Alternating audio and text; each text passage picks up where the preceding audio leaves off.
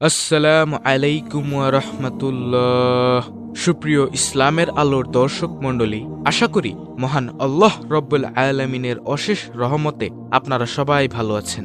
প্রিয় দর্শক, আজকে আলোচনা করব এমন একটি আমল সম্পর্কে। এই আমলটি যদি আপনি আজকে রাত থেকেই শুরু করেন, তাহলে ইনশাআল্লাহ মহান আল্লাহ রব্বুল আলামিনের মেহেরবানিতে আজ রাতেই আপনার ভাগ্য পরিবর্তন করে দিতে পারেন তিনি, এবং সমস্ত প্রকার অপূর্ণতা আল্লাহ তাআলা পূর্ণ করে দিবেন। সুপ্রিয় দর্শক, আপনাকে আমলটি করতে হবে পরিপূর্ণ বিশ্বাস ও ইখলাসের সাথে। আপনাকে বিশ্বাস করতে হবে যে আল্লাহ তাআলা সবকিছুর মালিক। আল্লাহ পাক রব্বুল আলামিনের সাধ্যের বাইরে কিছুই নেই। তিনি যে কোনো মুহূর্তে আপনার চাওয়া পূরণ করে দিতে পারেন। এ বিশ্বাস ও আস্থা রেখেই আপনাকে দোয়া করতে হবে। ইনশাআল্লাহ আপনার দোয়া তিনি অবশ্যই কবুল করবেন। তিনি আমাদের ডাক শোনেন।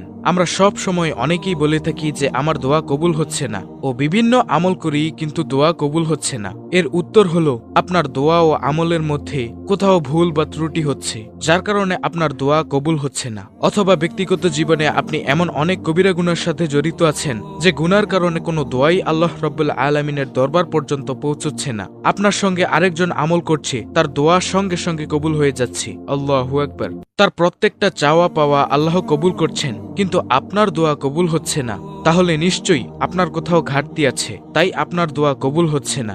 আপনি খালেস নিয়তে ইখলাসের সাথে আল্লাহ তাআলার কাছে চাইবেন, ইনশাআল্লাহ দেখবেন অবশ্যই অবশ্যই আপনার ডাকে আল্লাহ সাড়া দিচ্ছেন। সম্মানিত দর্শক, আজ রাতেই আপনি যদি দোয়াটি করতে পারেন, তাহলে আল্লাহ তাআলা আপনার সকল আশা আকাঙ্ক্ষা পূরণ করে দিবেন। মনে রাখবেন, দোয়াগুলো করতে হবে দিল থেকে, অন্তরের মধ্যে বিশ্বাস রাখতে হবে।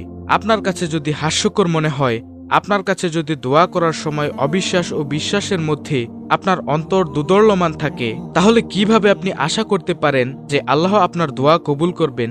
আপনাকে আগে ইখলাস পরিপূর্ণ করতে হবে, 100% বিশ্বাস অন্তরে পোষণ করতে হবে। ইনশাআল্লাহ আল্লাহ সমস্ত প্রকার অভাব মিটিয়ে দিবেন। রাসূলুল্লাহ সাল্লাল্লাহু আলাইহি ওয়াসাল্লাম ইরশাদ করেন, আল্লাহ তাআলার 99টি গুণবাচক নাম রয়েছে।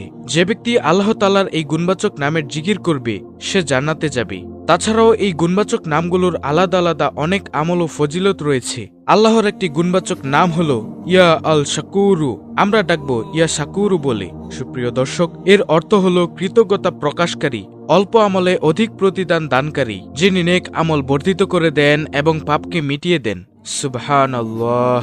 আপনি যখন আল্লাহ রব্বুল আলামিনের এই ইয়া শাকুরু নাম ধরে ডাকছেন, তখন মূলত আপনি রব্বুল আলামিনের দরবারে এই ধারণা পোষণ করছেন যে মহান রব্বুল আলামিনের সর্বশ্রেষ্ঠ কৃতজ্ঞতা প্রকাশকারী, যিনি অল্প আমলে অধিক প্রতিদান দান করেন, তিনি নেক আমল দান করেন, তিনি পাপ মিটিয়ে দেন, মনের আশা পূরণ করেন। রব্বুল আলামিনের এই নাম ধরে ডেকে আমরা তার কৃতজ্ঞতার সমুদ্রে কম্পন সৃষ্টি করছি। নিঃসন্দেহে আল্লাহ রব্বুল আলামিন তার বান্দার প্রতি দয়াশীল। হাদিস শরীফে আছে যে শুধু ইয়া শাকুরু 500 বার তেলাওয়াত করলে এর ফজিলত যেগুলো পাওয়া যায়, তার মধ্যে অন্যতম হচ্ছে, যে ব্যক্তির অর্থনৈতিক অবস্থা দুর্বল হয় বা অসচ্ছল হয়, ওই ব্যক্তি যেন আল্লাহ তাআলার গুণবাচক নাম আল শাকুরু 41 বার পাঠ করে পানিতে দম করে ফু দিয়ে সে পানি পান করে, ওই ব্যক্তি অবশ্যই সচ্ছলতা লাভ করবে ইনশাআল্লাহ। তারপরে বলা হয়েছে, যে ব্যক্তির চোখের আলো দৃষ্টিশক্তি কমে যায়, ওই ব্যক্তি যদি আল্লাহ তাআলার গুণবাচক নাম ইয়া শাকুরু 41 বার পাঠ করে পানিতে দম করে ফু দিয়ে সে পানি চোখে দিয়ে মেখে দেয়,